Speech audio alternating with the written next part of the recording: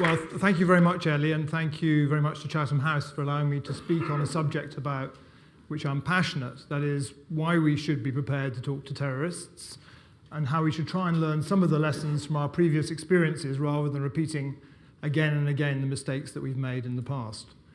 I have found the subject a fascinating one for my life. I got into it largely by accident. When I became Tony Blair's Chief of Staff, I went to work on the IRA peace process, on the Northern Ireland peace process. When I left government, I worked on the ETA peace process in Spain, leading up to the ETA agreement in 2011. And recently, I've been working in Colombia on the FARC negotiations. And 6 years ago, I set up a little charity called Intermediate that works on conflicts around the world, and we're working on 11 different conflicts at the moment. Now, I wasn't always convinced that you should talk to terrorists. I was a fairly conventional British establishment type figure, a diplomat. And the first time I knowingly met two terrorists, Gerry Adams and Martin McGuinness, I had no desire to talk to them. They had shot at, or rather their organisation had shot at my father in 1940 and injured him in an ambush. They put my brother, who worked for Mrs. Thatcher, on a death list for 8 years. And I certainly didn't feel very cuddly about them. In fact, I refused to shake hands with them the first time we met them in 1997, unlike Tony Blair, to his credit, who treated them like any other human being and shook them warmly by the hand. Shortly after that meeting, however, I got a phone call from Martin McGuinness a few weeks later, and he said, would I come to Derry incognito and not tell the Securocrats, not tell the police and not tell the army? So I asked Tony Blair, and he said, yes, go. So I took a plane to Belfast and a taxi to Derry, and I stood on a street corner feeling rather foolish, and two guys with shaved heads turned up and pushed me into the back of a taxi. They said, Martin sent us. And they drove me round and round for about an hour till I was completely lost, and they pushed me out of the taxi outside a little modern house on the edge of an estate.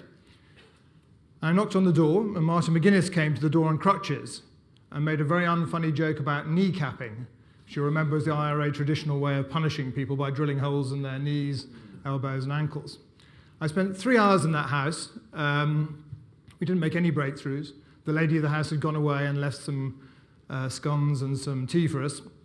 But what came home to me from that meeting was the need to be prepared to go onto other people's turf, not to expect them to come to Stormont Castle, not to expect them to come to number 10 Downing Street, but to take some shared risks to try and build trust. Because if you're going to make peace, the main thing you need to do, first of all, is establish some sort of relationship of trust with the other side.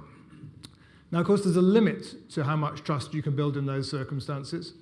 I remember some 5 years later, in 2004, negotiating with Adams and McGuinness in a monastery in West Belfast, the Clonard Monastery. And we were negotiating late, and the monks very kindly gave us dinner in the refectory. And I was very worried about missing my plane back to London, and I kept looking at my watch, and the minute hand was loose and was swinging around, so I couldn't tell what the time was. And McGuinness noticed, and he said, oh, give me your watch. I've got a very good watchmender just at the end of my street. I'll get it fixed for you. And I said, honestly, Martin, there's no need to. Please don't bother. Don't worry about it. It'll be fine. But he insisted on taking the watch, and he gave it back to me 2 weeks later when we met at Leeds Castle at a formal negotiation. And of course, I had to give it to the security authorities to have it looked at for bugs and trackers. They took it to pieces and broke the minute hand, and I had to get it repaired again at great expense. So there's a limit to how much trust you can actually build in those circumstances. But what I want to talk to you about today is why I think it's actually the right thing to do what we did in Northern Ireland, and why it may have some more general applications. The first thing to observe is, if you look back over our history, and not just our history, we always say we will never talk to terrorists, and yet we almost always end up doing so.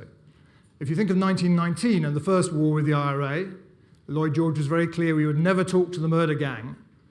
But in the end, he ended up doing almost exactly what we did, looking for the leaders as far as he could find them, getting hold of Michael Collins indirectly and starting a negotiation, and in the end negotiating peace, a peace that didn't last, but at least trying to do so.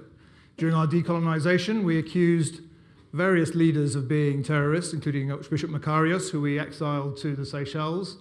In Israel, Begin was considered a terrorist. We tried to hunt him down and kill him.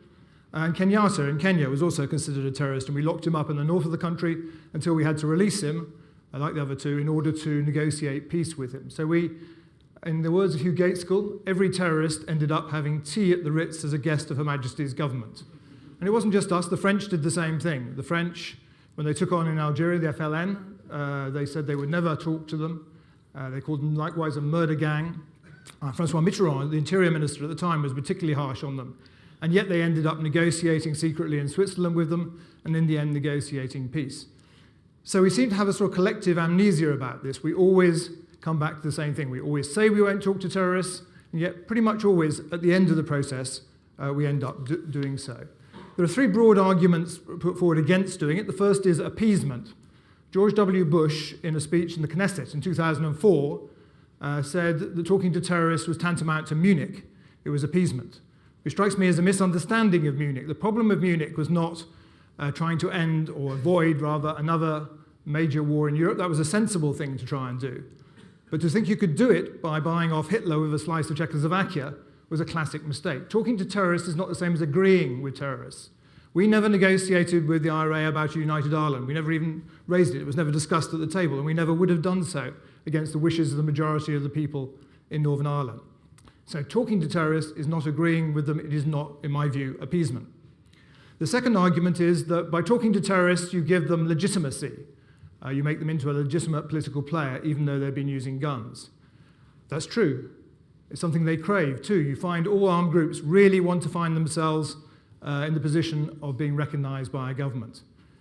But actually, it's a very temporary type of legitimacy. If you think of the FARC, who went into negotiation in 1999 in Colombia with the Colombian government, finished in 2002, they misbehaved the whole way through it. They never negotiated seriously at all. And they were dismissed as narco-terrorists and found themselves in a much less legitimate position at the end of the process, which they had patently abused with no intention of making peace than they had at the beginning. So it is true you give them legitimacy, but it's a temporary phenomenon, not a permanent phenomenon. The third argument is that you are rewarding bad behavior, that you are encouraging people with guns who do the wrong thing. Now, I don't know about you, but I don't generally use not talking to someone as a means of punishment, at least not since I was 8 years old. And it isn't necessarily a very effective way of punishing someone, and nor is talking to them necessarily a reward. So I think that argument really falls by the wayside almost straight away. So if you take those three arguments, I don't think they stand up. The argument really in favour is that there seems to be no alternative. Hugh Orde, who was the Chief Constable in Northern Ireland, said memorably that he knew of no example of a terrorist threat, or terrorist conflict rather, being policed out. In the end, if it's political, you need to find a political solution. And if you look around the world at the various examples, I think that is broadly true. Now, this is not true in the case of small groups that have almost no political support. If you think of Baader Meinhof, the Red Army faction, groups like that had really no political support, then you can deal with that as a police matter. But if you're talking about a body that has political support, then you seem to have to negotiate with them. And remember, the IRA, rather Sinn Féin, was getting a third of the Catholic vote, even at the height of the Troubles. It had genuine political support, and that's why we had to talk to them. One option that many academics favour is decapitation. If you kill the head of a terrorist organisation, that can end them once and for all. Now, there's some evidence for that in the case of Shining Path in Peru, but most groups you look at, that does not seem to be the case. If you think of the PKK in Turkey, when they arrested Abdullah Öcalan, that didn't lead to the end of the PKK campaign. In fact, it led to a spike in the violence. If you think of the leader of Hamas, when they killed him, actually it led to more violence rather than less. So there's little evidence that decapitation is an answer. The third answer that certainly the Rajapaksa government in Sri Lanka liked was there's a military solution. You can fight terrorists and defeat them on the battlefield. Now, I don't think that's true even in their case, if you look at it carefully. Firstly, if you look at the leader of the Tamil Tigers, Pabrakan, he was considered to be a military genius. But if you look back at what he did in the case of the last campaign, he was clearly, in the words of the Norwegian negotiator who dealt with him for so long, a military fool. He tried to fight a conventional campaign in the jungle, which he clearly lost to a conventional army. Had he fought a guerrilla campaign, he'd still be out in the bush fighting. Secondly, the means used by the Sri Lankan government to end the campaign at Nandikal Lagoon is not a means that you would see any Western democratic government being able to use, killing that number of civilians as part of the process. Perhaps most importantly, though, is the third reason, that they never addressed the political issue that was at the root of the problem. And that's why the Rajapaksas lost power. They never actually tried to deal with the discontent of the Tamils and the Muslims in Sri Lanka, and it took a new government to try and do that. So I don't think there's much evidence that you can defeat a terrorist organization with political support by military means, unless you are someone like Putin, a dictatorship, who can beat them because they have no holds placed on what they do. But that is generally a relatively temporary phenomenon, as Stalin found out by sending off various groups to the Far East, who then came back to Chechnya and elsewhere and started the campaign again. So, in my view, there is very little alternative, if there's a political problem, to finding a political solution. Now, it's difficult for democratic governments to be seen to be talking to terrorist groups while they're killing your own people. And you think of John Major, who deserves a lot of credit for the peace process in Northern Ireland and doesn't always get it. John Major stood up in the House of Commons and said that he would never talk to Gerry Adams. It would turn his stomach to do so. At that very moment, he was corresponding with Martin McGuinness in Northern Ireland, and thank goodness he was. If he hadn't been doing so, we wouldn't have got to a peace process that worked. We wouldn't have got to a ceasefire. Colin Parry, whose son, Tim, died in an IRA bomb in Warrington, 12-year-old, says that if he had known that the British government was talking to the IRA when Tim died in his arms, he would have been furious. He'd never have forgiven them. If someone had told him 6 months later that the British government was talking to the IRA, he'd have been delighted because he'd have known that Tim hadn't died in vain. He'd have seen the need for those conversations. And I think that's generally true if you talk to victims. Most places around the world, they see that point. It isn't only the British government that lies about these things. The Spanish government, immediately, in fact, all the Spanish governments since Franco have engaged with ETA, and all of them have denied doing so. The first prime minister after Franco, Suarez, stood up in the Cortes and said that he would never talk to ETA. The leader of the opposition at the time, Felipe González, stood up and said, but you told me over dinner last night you were talking to ETA. Suarez stood up again and denied it. And there's a reason why governments do that. It is impossible for them to sustain that process while terrorist violence is going on. And we're lucky to have with us tonight Michael Oatley, who actually engineered the channel to the IRA that lasted for the British government from 72 onwards. And when I finish, I'm going to ask Michael to say a few words about that, because I think it's a wonderful example of how you can establish such a secret channel, how you can make it work. The point of these channels is to be educative for both sides. We sometimes forget that these groups live in ghettos, often physical ghettos, but more often metaphorical ghettos, where they only talk to each other and where the most extreme person is the one who becomes leader. It's necessary to talk to them to explain how they're seen in the world, to try and engage with them, to listen to them and to show respect, often for thousands of hours, as the Norwegian negotiators did with the Tamil Tigers. And it takes a lot longer than people think. People want peace like this. They want you to engage with a terrorist group and get to peace. It doesn't happen like that. It takes really quite a long time. I remember when we were dealing with Northern Ireland, when we'd end a meeting after only half an hour, I'd said we'd only got to 1689 and there were another 300 years of grievance to go through. That was often true, as we're seeing at the moment. It is, however, not always the right time to negotiate. Even if you open a channel, you will not find that it's propitious to start a negotiation. Looking back over history, there seem to be two factors that work to make this possible. The first is a mutually hurting stalemate, or as the academics call it, a perceived mutually hurting stalemate. Now, I went to Libya as the Prime Minister's Special Envoy a few years ago, and I thought, oh good, there's a ceasefire, we can get to peace. Oh, it's not a ceasefire, sorry, there was a stalemate, we can get to peace. In fact, there wasn't, however, a mutually hurting stalemate. The groups on each side were not going to win, but they could carry on fighting for a very long period of time, gaining territory, making more money. So it has to be a ceasefire that both sides, has to be a stalemate that both sides feel is a real stalemate. In Northern Ireland, that happened, I think. I mean, no one can be sure, but certainly the British Army, I think, had decided by the early 80s, if not the late 70s, that they could contain the IRA in security terms indefinitely. But wiping them out, defeating them, was not going to be possible by purely military means. There'd have to be other means to do so. I think Adams and McGuinness, who were, remember, quite young when they joined the Republican movement, by the mid-1980s, they were well past fighting age themselves. They were not going to be going back and doing that. And I think they began to see that they could go on fighting forever, and their nephews and nieces and children and so on could be arrested, could be killed, but it wouldn't succeed. And that's the stage when they started reaching out first to John Hume, who deserves a huge amount of credit for that, then to the Irish government, and finally to the British government. So You have to have that stalemate because both sides know they're not going to work, and often there's a generational aspect to this. In the case of the FARC, the leaders of the Secretariat are now all in their 60s or 70s, and it's a heck of a lot less fun running around in the jungle when you're 60 or 70 than it is when you're a teenager, I can assure you. So that tends to lead to the propitious circumstances for actually ending a conflict. The second factor that seems to work almost always is leadership. If you think of South Africa, you couldn't have had a settlement if you hadn't had a Nelson Mandela, but you wouldn't have got to a settlement either if you hadn't had an F.W. de Klerk. You have to have leadership on both sides. In Northern Ireland, we were very lucky because on the Republican side, we had people who were prepared to risk their lives as well as their political futures to engage in the peace process. And on the Unionist side, both David Trimble and Ian Paisley, although unusual characters in British politics, were very determined in the end to get to peace. And we were very lucky to have in power for 10 years both Bertie Ahern in Ireland and Tony Blair in the United Kingdom. If you hadn't had that long period of time, if you think about Adams and McGuinness, they've seen 9 prime ministers come and go in Britain. So having a long period of time where you can negotiate is important. But it's also important to have political leadership, people who take risks. In his autobiography, Tony Blair says that I said that he was successful because he had a messiah complex.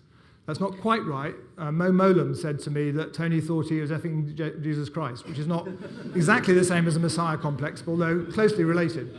And it is this belief that that not only can the conflict be resolved, but you can resolve it. If you think of Mrs. Thatcher, she never believed that Northern Ireland could be resolved. If you think of John Major, he believed it could be resolved. He didn't believe that he could do it. And it's a combination of those two things that usually gets you to a success.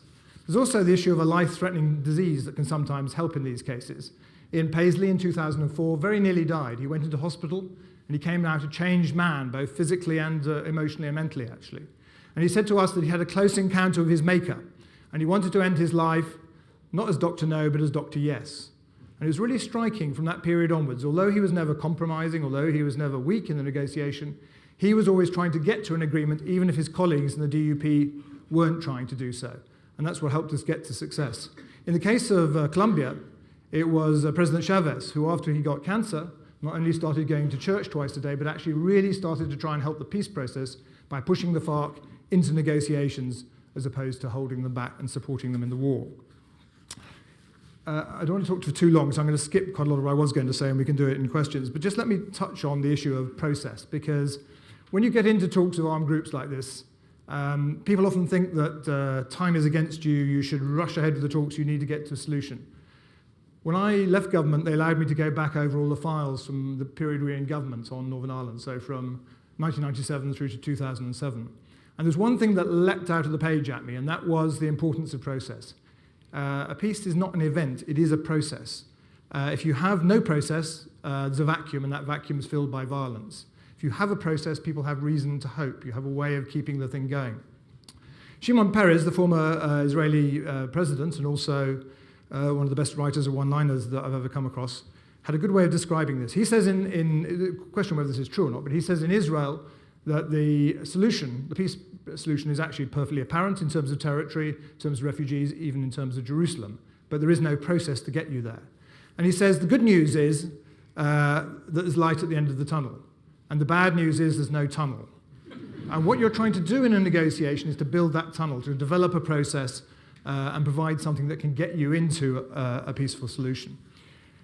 One of the things you have to do in that is to make sure that you don't allow either side to walk out. There was a wonderful occasion with Ian Paisley negotiating with John Major in Downing Street, and John Major liked to occupy the cabinet room as his office.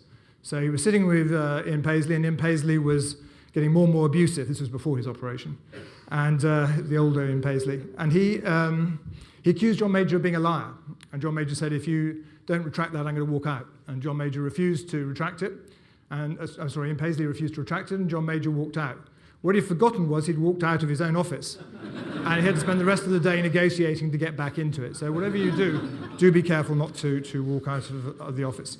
Let me just, there are a bunch of other things I'd like to say, but let me just move to what I hope we'll get onto in discussion, which is, okay, so all this might apply to the IRA, maybe it applies to the PLO, but does it apply to the new terrorist groups we face now? Now, we've had, broadly speaking, 4 waves of terrorism. We've had the nihilists and anarchists of the 19th century, the nationalist terrorists, if you want to call them terrorists, who fought for independence, the the new left, and now we have the religious ones. Are the religious ones in some way so different that nothing we've learned from before could apply to them? I don't think that's right. I mean, an Israeli cabinet minister says, once God gets involved, there's no compromise. But actually, we have made peace with the GAM in Aceh in Indonesia, which was an explicitly Islamist group. We have made peace with the Maoist Islamic Liberation Front in the Philippines, explicitly Islamist group. So there's no reason why a religious group or why a specifically Islamist group cannot make peace. There's nothing intrinsic about it. The second argument used is that they're nihilists, they're crazy, they're not rational. I'm afraid that's not true. If you think about ISIS's record, they were highly rational. They knew very well if they killed a Western journalist or a Western aid worker, they would get a huge amount of publicity, especially if they did it in a ghastly way. They knew they'd get much more than they would for killing 20 Kurds or 40 Syrian soldiers. I'm afraid ISIS were perfectly rational. That was not the problem that we faced with them. So I would argue that there is a case for being prepared to talk to these groups. When I left government in 2008, my former colleagues in the Foreign Office, some of whom I see here, said that I was crazy when I went out and said we should be talking to the Taliban, we should be talking to Hamas, and we should even be thinking about talking to Al-Qaeda. They said PLO and IRA were one thing, but not these new groups. I just note that since then, the Israeli government has negotiated a ceasefire with Hamas, and is talking to them indirectly, as is the American government. The American government has negotiated with the Taliban the release of Sergeant Barry Bergdahl on a series of political issues, and the former head of MI5, Eliza Manning-Abdullah, has suggested we should talk to Al-Qaeda. So people's minds change on these things over time. You take an absolute position at the beginning, and then they change. What would you talk to these groups about? Well, ISIL now have been defeated in terms of territory, but if anyone thinks they're going away, I think they'll be sadly mistaken. What they're going to do is go underground and carry on fighting. Whatever they change their name to, assuming they change their name, it will still be a violent jihadi group. And it will feed on the grievance of the Sunnis in Iraq in particular against the Shia, who they feel have taken over, and they feel that we in the West did nothing to stop that, that Maliki's government was for them worse than ISIS. If you think of Mosul, a city of 1.5 million, it was taken over by about 1,000 men, and they were able to do that because they preferred the idea of ISIS to the idea of Maliki. So there is a grievance nesting at the heart of that, which if you don't address, is going to eat away, and a way has to be found to try and deal with that if you're going to stop the idea behind ISIS.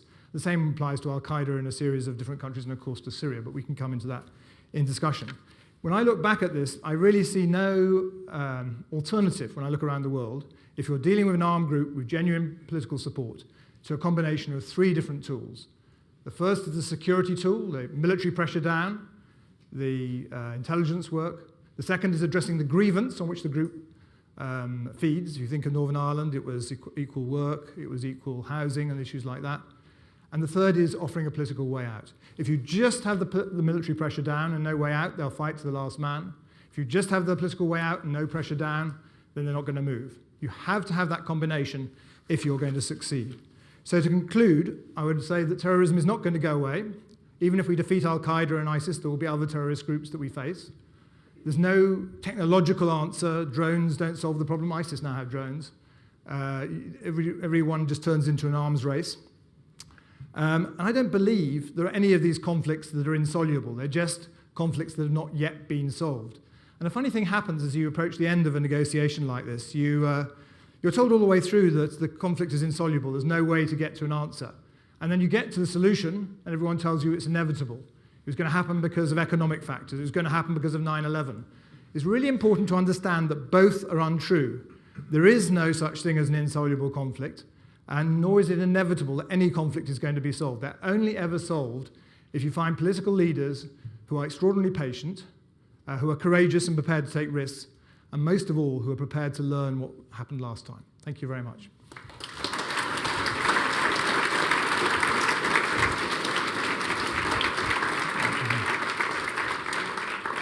I'm going to start by asking Michael, as I said, just to talk a bit about the channel to the IRA, which is a really important precursor to what happens all around the world.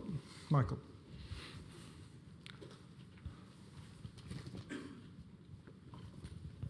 An early perception for me when I got to Northern Ireland in 1973 was the quality of the young people who were queuing up to join the IRA, rather in contradistinction to the loyalist paramilitaries. all the best kids in the nationalist areas were queuing up to join.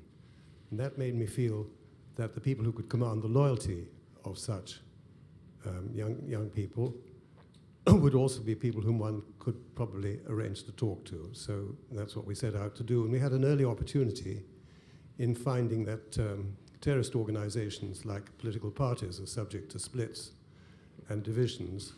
And we found that a significant element of the IRA leadership was interested in moving to politics.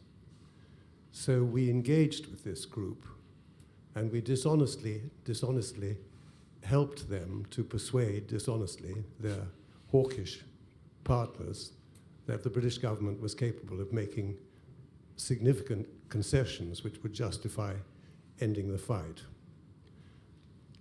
We went on from there. Excuse me a moment.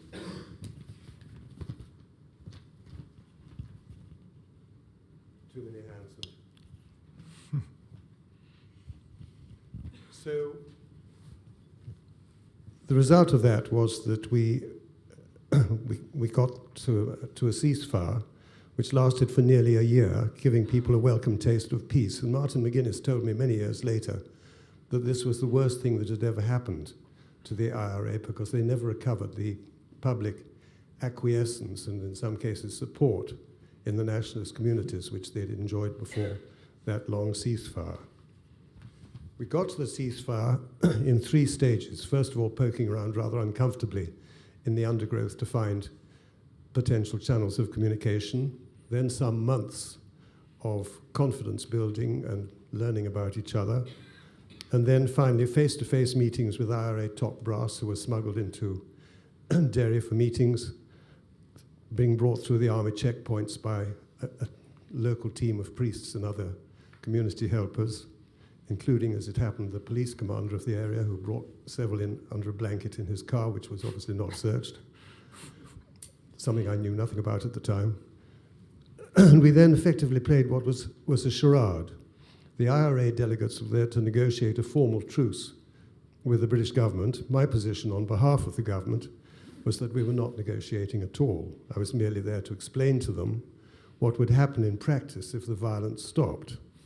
And they accepted this pretense. They had their own agenda.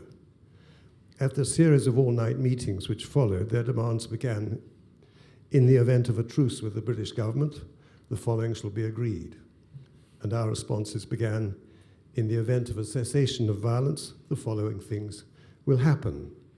The exchanges were characterized by what Jonathan was calling on the wireless this morning, constructive ambiguity. Yeah.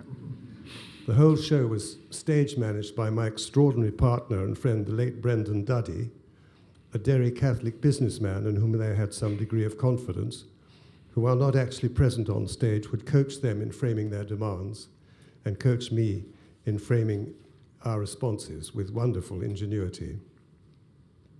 Eventually, with some backstage prompting from Brendan, we concluded a 10-point agreement, which was never negotiated, although every word of it was jointly agreed. And it was never made public.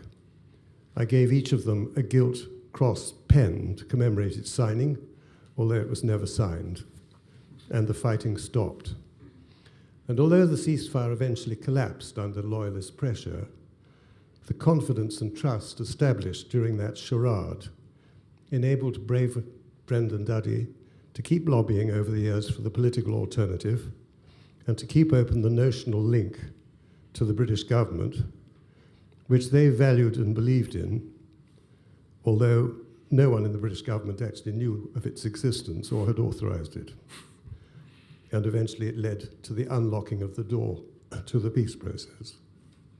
Thank you very much, Michael. That's fantastic.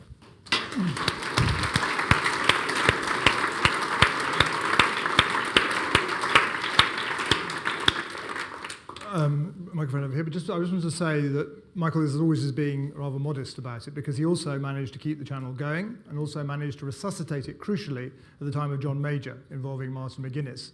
And that led really to the ceasefire in the end. And we would not have got there if we hadn't had this channel. It would be impossible for the British government to talk to the IRA directly like that. And interestingly, Michael then talked to the Colombian government more recently, who have exactly the same sort of channel, exactly the same sort of character as Brendan, and use that to get to a peace process in exactly the same sort of way. So it's an interesting pattern that's repeated. Let's start over here. You got your mic? No. A mic here. And if you could just remember to say, here's one coming from behind you, who you are, organisation, anything you want to say like that. Yeah. Hello. Thank you, sir. My name is John Preston, Chatham House and European Movement. Implicit in all you've been saying is a reason for keeping it quiet that you are secretly negotiating. Mm-hmm. To what extent is that a newspaper headline problem or a public opinion problem, and to what extent is it pressure from different colleagues who think differently from you? Good question. It's largely, having worked in politics most of my life, the worry of politicians what the public will say. That's their real worry about it. I remember when Paddy Mayhew had to go to the House of Commons after the IRA leaked the correspondence in the Observer with the government. And he'd said several times in the House of Commons, he'd said, we will never talk to the IRA, we are not talking to the IRA, and so on. He was terrified he'd have to resign when he went there. But actually, what happened was both sides, both the Tories and Labour, understood what he'd done and supported what he'd done. So, and as I described Colin Parry, people do understand the need to do this. It's just really hard to do it in the moment of a terrorist attack. If after Paris, or after Westminster, or after Manchester, you suddenly pop up and say, what a good idea to talk to terrorists. Entirely understandably, no one wants to talk about that in those circumstances. They're feeling the bitterness of it, the hate, they just want to wipe the people out. So it just makes it impossible to keep the talks going. Warrington happened during that correspondence, and you would not have been able to keep it going in those circumstances. So it's largely the public, although John Major kept that correspondence in a very narrow, there's a very small cabinet committee dealing with it, and they kept it to themselves, no one else in the government knew. But it's really the public, I think. Do you want to hear them? We'll go to the back. Thank you. My name's Mike Harvey, and member of Chatham House. Yitzhak Rabin was a courageous leader. To what extent is the current Israeli leadership sufficiently courageous to reach a settlement in the Middle East? Well, as I said, looking back at things, it seems to me there are these two criteria for success. One, mutually hurting stalemate, the other, leadership. And I would argue, I think, maybe I'm wrong, but that there is no such leadership in Israel, and there is no such leadership actually on the Palestinian side either. We're lacking leadership on either side that gives us the hope that you might get to a peace process that would work. That is not necessarily a reason against having a peace process. You should keep trying, because who knows what will happen. And you find people, including my own boss, who will argue that my old boss that maybe Netanyahu is going to find that this is his epiphany, is to find peace. So maybe, but if you look at it, it doesn't look like you have that. And if you look around the world, it's generally in those circumstances. If you don't have someone prepared to take a risk, they're never going to engage in a process like this anyway. Gentleman here.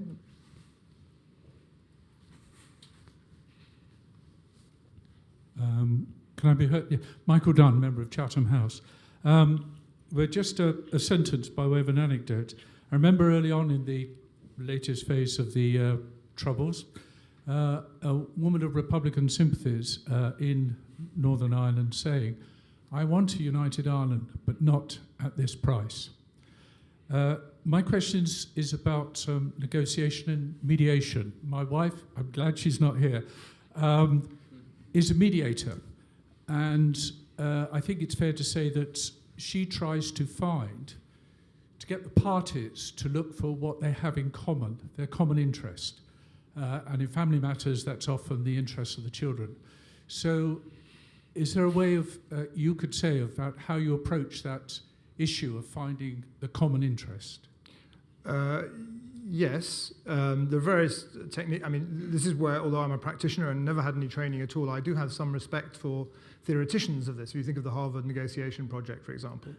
And one of the things that is very useful in these circumstances is to get people to look beyond positions to interests. Because generally, the position is the IRA, Brits out. There's not much to negotiate with if the position is Brits out.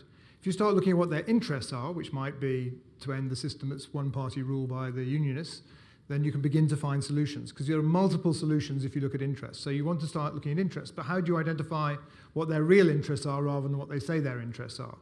And then what you try and look for is what you call a ZOPA, a zone of possible agreement. You're looking for where in that Venn diagram is there an area where both sides might be able to agree. Sometimes it's hopeless. If you look at Ukraine and you think, is there somewhere that Putin and Poroshenko can agree? You think probably isn't.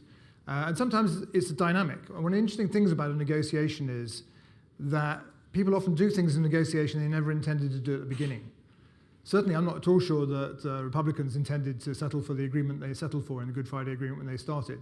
Certainly, the membership didn't intend to do so, and it was clearly contrary to the Green Book. But the leadership might have intended to do so. But if you think about a negotiation, sometimes it's a bit like an escalator. You put your foot on the bottom step, you find yourself being carried inexorably somewhere you never intended to go. So I'm a big believer in trying to get people into the process, as I say, and then keep the process going. The bicycle theory. Don't let that bicycle fall over, however much political pain it costs or however much personal pain. Keep it going. The lady here, please.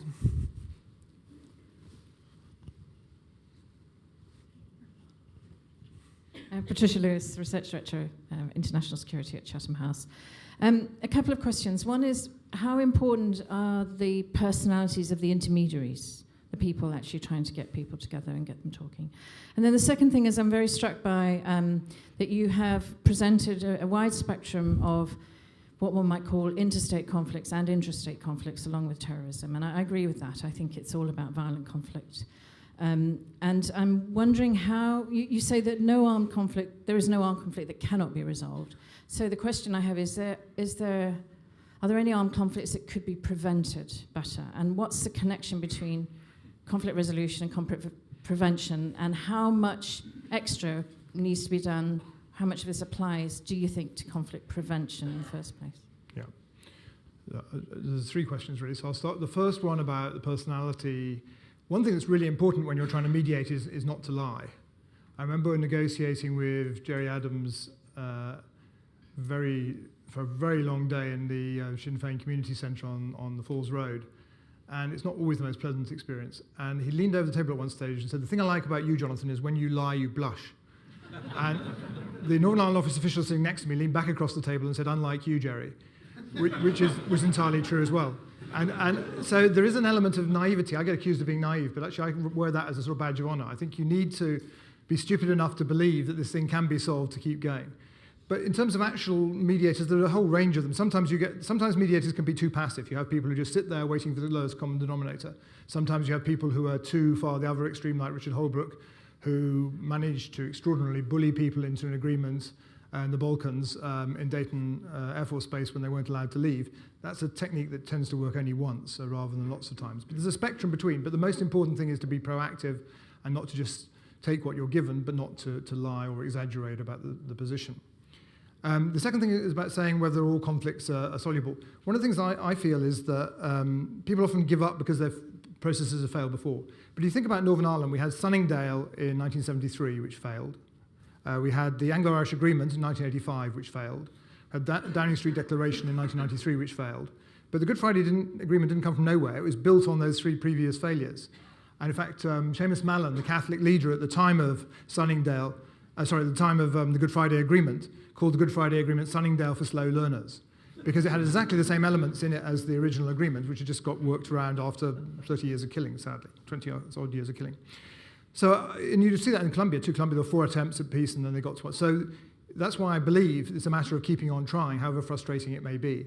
In terms of prevention, that's is a difficult and very relevant question. In Venezuela, for example, at the moment, you don't actually have an armed conflict in Venezuela at the moment. You have a lot of death because of murder, but there isn't, and rioting and police killing people, but there isn't actually an armed conflict, despite the fact there are a huge number of guns in Venezuela. And it is still possible, by negotiation, to stop that turning into an armed conflict. It will eventually, if people don't do things to stop it. And yet, the international community is remarkably unwilling to invest much time and effort into trying to stop the conflict, whereas when they deal with it after it's happened, it's going to cost them a huge number of lives of their own people and money. So I wish they would engage in it more, but it's very hard for politicians to mobilize resources or even political capital for something that hasn't actually happened yet, just the prospect of it happening. But you're right to raise the question. Gentleman here, and then... Andreas Raffel, Chatham House. Your insights are fascinating, but what you've learned, does it actually help you to solve the next conflict faster? Or is there just a certain amount of suffering that the parties need to go through before the pieces sort of can be in place?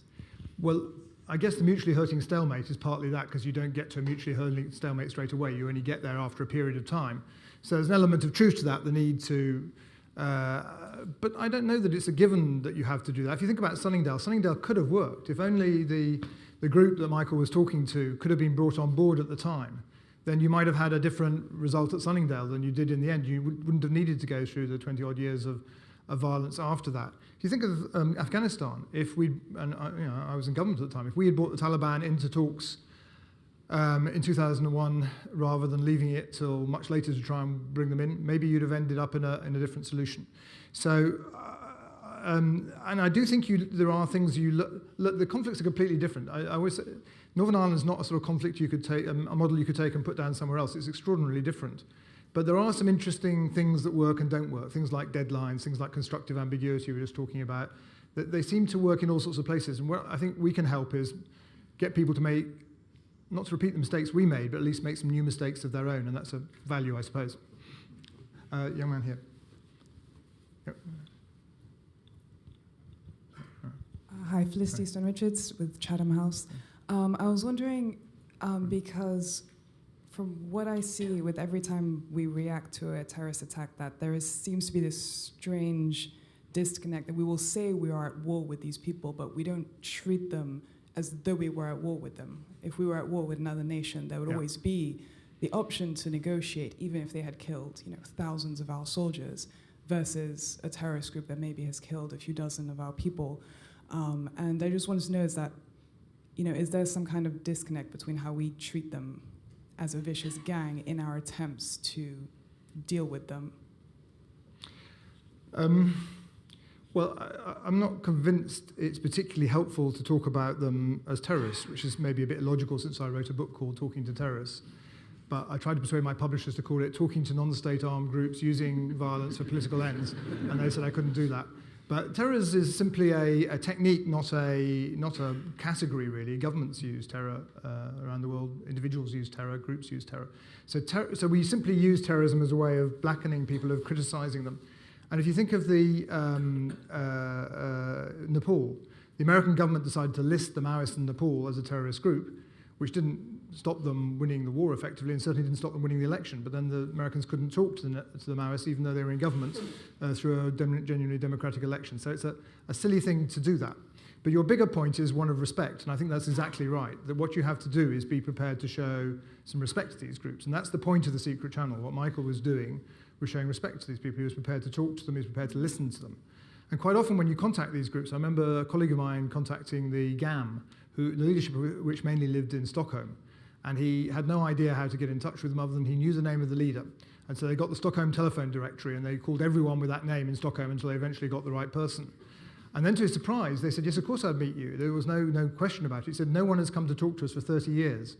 And finally, someone's prepared to actually listen to us. And that's how they started the negotiation. So you're absolutely right. It's about not trying to demonize the people, and even though you often feel like that after what they've done by the methods they use, and also to try and show some sort of respect to build trust. Yeah. The back, because I haven't got far enough back. Oh, this chap here. Yeah, no, I'll do that one as well. That one first, thanks. Sorry. Rod Ely, Chatham House. Can I introduce a slightly different dimension to this discussion? Because my impression with the Northern Ireland conflict was that it took place in the context of the Cold War. See, where did these terrorists get their arms? And what you find is that during the Cold War, there were various movements which both sides, if you like, the American or Western side and the Soviet side, were patronizing and keeping conflicts going. And the reason I introduce this is because I think this is very relevant today, that these conflicts taking place are not just sort of in themselves, but there are other actors behind the scenes who have the money, who have the arms to supply and so on. So it seems to me, by the way, I support all the efforts that you made in Ireland, because it had a great outcome in the end. But today, you've got a very, very unpredictable situation developing, especially now where Trump is sort of saying we're going to move the US embassy to Jerusalem and so on. And you've got Putin as another actor as well. Then you've got all the Arab states and so on who've got a lot of money. So it seems to me that another thing that has to be taken into account in your discussion or the discussion about this question of terrorism is about the aspect that these are often proxy wars which are being fought out between great powers who remain in the background. Not always great powers either, sometimes by smaller powers. You've got Libya, the whole series of countries that are being engaged in a proxy war in Libya, from the Emirates to Qatar to Egypt and Turkey and so on. So there are a number of different countries that can get involved in a negotiation or in a war like that and therefore have to be involved in a negotiation. Syria is the most obvious example, where you have Iran and Russia and Turkey and everyone else. So that does make it a lot more complicated to resolve. It doesn't necessarily make it impossible. As I said earlier about Colombia, you had Venezuela very closely involved in the FARC campaign there. That was their base. That's where they got their weapons and so on from. And so if you can win round the leader of that country, as President Santos did with Chavez, then you can make a difference to it. You can find your way out of it. It becomes very complicated when it is very multilateral, like in Afghanistan, for example, when you don't have just Pakistan, but you have a number of other countries also playing a role. So you're quite right. The only thing I disagree with you a bit about is the Cold War aspect, because economists did a rather good study of this a while back that shows that almost no civil wars came to an end by negotiation during the Cold War, because it was always a zero-sum game between the United States and the Soviet Union. It was only really certainly the UN only really started getting involved from the very late 80s and early 90s in El Salvador, in Namibia and places like that, and resolving it. So a mediated outcome during the Cold War was extraordinarily difficult because it was a proxy war. Thereafter it was easier, and now our complication is multi-polar world. There are so many powers that get involved in these things. The gentleman with the scarf at the very back, so I'll make sure I've got to the back. Thank you very much, Noel Hedgemichael, member of the Institute. Two questions very quickly. I noted that you mentioned that your insights related primarily to non-state organisations, movements and the like. What happens when the group on the other side of the table see themselves as a proto-state, or literally a legitimate state in exile? Is that a particular combination or complexity? And secondly, I'm particularly interested in the generational aspect. Does the Xbox generation of young leaders see the whole concept of negotiation to be not their cup of tea?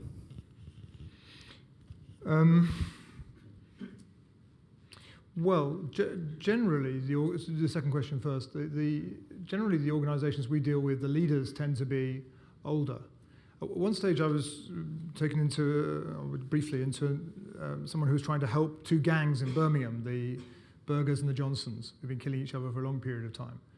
And they came in and they said that the people who do the killing were in the range of 12 to 14 because it was easier for them not to go to jail for a long time, and they didn't have a conscience, so it was easier. But they weren't the leaders. The leaders were in their 20s and had usually served time in jail. And so I guess 20 in that context is old, and therefore they were interested in negotiating. It's also an interesting phenomenon about negotiations happening in jail. Nelson Mandela, of course, started the negotiations in South Africa in jail. The ELN in Colombia started the negotiations in jail. It's one place where you know you can find a terrorist leader and it's safe to talk to him, so that's often the way they do it. But I never tried to negotiate with a sort of a really young leader of such an organisation, because normally they're not young. Again, it would depend, I suspect, how long they'd been fighting for, whatever their age was, rather than the actual age. In terms of a proto-government, a number of these organisations, like the GAM I mentioned, did have proto-governments. It's really, in the end, though, about controlling ground, controlling territory. This is where the Russians take a very hard-headed view in Syria. They're only interested in talking to people who actually control something on the ground, rather than some political organisation that's sitting in Turkey or Qatar or in Jordan. So, and if you are trying to negotiate with the men with guns, the point is to negotiate with the men with guns who are controlling something, rather than whether they declare themselves a government or not, I think. Over here. Thank you. Just there, I am part of a small NGO and member here. It's always surprised me that a country which has been engaged in negotiating with insurgencies throughout the empire and then finding a dignified exit, kept on the pretense of not negotiating with terrorists. Mm-hmm. And it's good to see, well, in a way, coming out with this sort of thing. In 1996, I'd taken a position at one of the UN meetings, and I was asked by the political department to write a small paper, and I was suggesting that the Secretary General's good offices, the reality is that most of the conflicts around the world are non-state actors and the state. And the Secretary General's offices, good offices, should offer a discrete mediation mechanism where bringing the expertise of people like yourselves and others who have been involved in this sort of negotiation so that they do not go into the state we see in the Middle East or we saw in this country. And now that, for instance, Britain has a lot of experience, even India is negotiating with almost all the insurgencies it has had. I'm engaged in one of them. I don't think you need to guess which one, in negotiating with that. Would you not think that this expertise can now be taken to the UN Secretary General's office and good offices and made it more of an international thing? On the first point about learning the lessons, it is interesting. If you look back in the Colonial Office papers for the 1920s in Palestine, there's a really interesting correspondence that I didn't find. An academic friend I read in his book, but it's fascinating. There are a series of people in the Colonial Office dealing with the insurgency in Palestine and discussing how to deal with it. And nearly all of them had worked previously in Ireland, dealing with the IRA in 1921. And they started corresponding with each other saying, on these files, saying, should we learn the lessons we learned in Ireland? And then in the end they said, no, in this case we're not intending to leave, we'll just carry on doing the same thing. So actually getting the lessons through is what I find so frustrating, that every time we meet a group, we say, this is completely new, completely different, there's nothing we can learn from what we did before, we're going to beat them, and then we're going to beat them even better, and then we're going to surge forces and really beat them. And it very rarely works. And I just wish that policymakers would stop and think before they carry on, because so many people die unnecessarily. I mean, you have to use violence, you have to use force, you have to have security measures. But if you think you're going to solve it by that alone, generally speaking, that's wrong. So I wish people would learn. That's why I wrote a book, which is up here somewhere, which is everyone should read to learn other people's lessons, not mine. In terms of the UN, an interesting thing happened because the UN played this role as a mediator, as I said, in El Salvador, in Namibia, Angola, a series of other places, but it came to an end remarkably quickly because governments got scared of the UN coming in and telling them what to do. So the UN became too frightening as a mediator. That's why it then moved to small governments like Norway. They played the role in Sri Lanka and, of course, in the Oslo talks. And then even small governments became too frightening, and then it moved to individuals like Martti Ahtisaari, former president of Finland, and then to NGOs. So the UN has a body called the MSU, Mediation Support Unit, that works on mediation, has experts, they can deploy places. The trouble is the UN generally doesn't get involved now unless it's a failed state. So the only place they're mediating is somewhere like Libya or somewhere like Somalia, where there is actually, or South Sudan, where there is already a state failure. They're too frightening to bring in. So if I were them, I would concentrate on having the expertise, as you say, but not necessarily thinking they have to deploy it. We've got time for maybe two more questions. Let's go over there, the far back, or nearly the middle back, and then we'll come to you. Oh, okay, well, we did it the other way around, it's fine. Yeah. Yes, it's fine. Lovely. Thank you very much. Jack Farmley from the MOD. I just wanted to probe your opinion, really, because you've offered a very complete and comprehensive toolkit and a number of conditions which need to be met in order for negotiations to commence. And I was just wondering whether you think that there are or could be groups which are just beyond the pale, too morally repugnant, too politically toxic for us to start negotiating with? Or do you think that every door is open and every single grievance can be eventually brought to a close by negotiation, along with the other factors that you've mentioned? Yeah. I remember going to Spain to work on ETA after I left government, and the Spanish government saying to me, but you don't understand, the IRA were good terrorists and ETA are bad terrorists. And I said, well, do you know how the last victim died in Ireland? It took him 6 hours to die. They started on his lower body with metal bars and broke every single bone in his lower body, and then started on the soft tissue of his upper body for the rest of the time. They weren't nice terrorists. They were horrible. What they did was horrible. In fact, they did it to fewer people than ISIS want to do, or Nusra wants to do, or anyone else wants to do, is kind of irrelevant. It's what they're prepared to do. So I find, frankly, anyone who engages, whether it's a government actually, engages in this kind of activity is repugnant. But that doesn't solve the problem. Feeling repugnant about it or feeling horrified by it doesn't actually solve the problem. So I'm approaching it from a more practical, if you like, dispassionate point of view. And I kind of feel maybe I'm wrong about this. Maybe ISIS will be defeated and we'll never hear of Islamic jihadis again. Maybe it's done. I doubt it. And I think the lesson we can learn is that even actually if you don't need to negotiate, at least opening a secret channel with them will help you understand them and help them understand better how they're seen.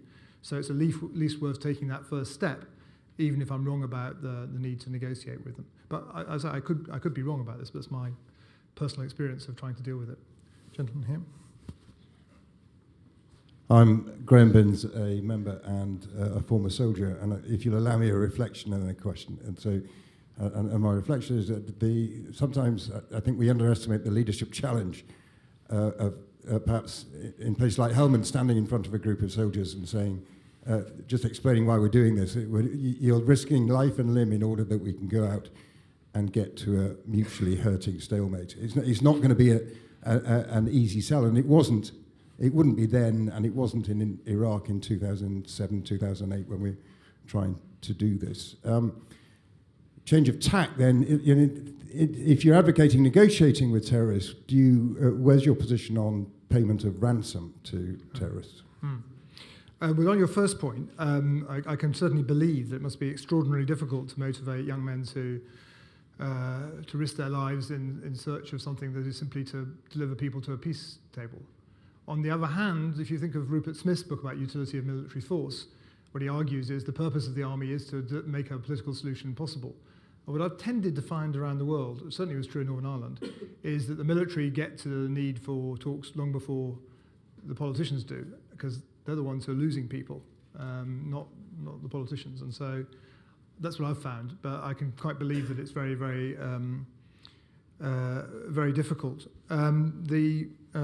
Sorry, I've forgotten the second bit was the ransom. Yeah, we don't do it in my little charity. We don't work on ransoms at all. There's obviously regardless of whether it's right or wrong, there's a big practical problem with ransoms. That if you start paying ransoms, you are encouraging people to take prisoners, more prisoners, and you're also funding a terrorist organisation. One of the worst areas this happens, of course, is the Maghreb, where we've funded, not we, because we don't do it in the UK, but a bunch of other countries have funded to a very large degree, a very large number of armed groups. And in Syria, a number of governments have also, in paying ransom, made some terrorist leaders, and probably their groups too, really quite rich, which is pretty counterproductive. But there's a ghastly prisoner's dilemma, isn't there, in the problem, that if I was a kidnappee, I would like to be Italian so I could get out, even if it meant paying for I wouldn't want to be a Brit and found myself being killed because my government wasn't going to pay. So there's a ghastly dilemma. And although I've sort of been flippant about it, I don't joke about it, it's a horrible thing. But if you do pay ransoms in the political circumstances, nearly all organisations pay ransom for sort of business kidnaps. They just try and beat the amount of money down. But in political kidnaps, it's a bit different. The perverse incentives are quite strong. But I don't pretend to have a right answer to that. I think I've run out of time, so I'm sorry. There's drinks upstairs. I happily answer. As I was supposed to say, right? Drinks upstairs. Yes. Anyone can ask me a question. Ask me a question at the drinks upstairs. Okay, go on. No, can't one more then. Just one more over here. I'll definitely answer. Where's the other person? I'll answer yours afterwards. Yeah, my name is Jimmy Ajim, Chatham House. I'm from Nigeria. Yeah. Some 3 years ago, about 270 schoolgirls were kidnapped in Chibok school. Yep. And were taken into captivity by the Boko Haram insurgents. And half of those girls were rescued and they rejoined their parents. And about half of them are still in captivity in the hands of Boko Haram. Negotiations have been ongoing, but at the moment it appears there's a stalemate and the option of ransom does not hold water. So I put it to you, in your considered view, what are the other options available for the government to embark upon to try to rescue the remaining schoolgirls to rejoin their parents? Thank you. The Chibok girls? Yeah. Girls, yeah. Well, as I understand it, the negotiations are actually continuing on the Chibok girls, and they go up and they go down, and hope that those that survive will be released at some stage. There's certainly strong rumours that quite large ransoms were paid for those that escaped. I don't know if that's true. But in that case, you have little choice as a government but to try your best to get those people out. The focus on the Chibok girls, of course, then slightly elides what's happened to many other children in the northeast who have been kidnapped or indeed killed in the conflict. There's been a particular focus on them because there was such a large number and it was such a horrific incident. But I think the better solution in the longer term would be to find some way to persuade Boko Haram to stop their campaign altogether, which is an extremely difficult thing to do, but I think would be a very valid cause if it was possible. Anyway, on that note, I think we must really end and go and have drinks. But thank you very much indeed. Thank you.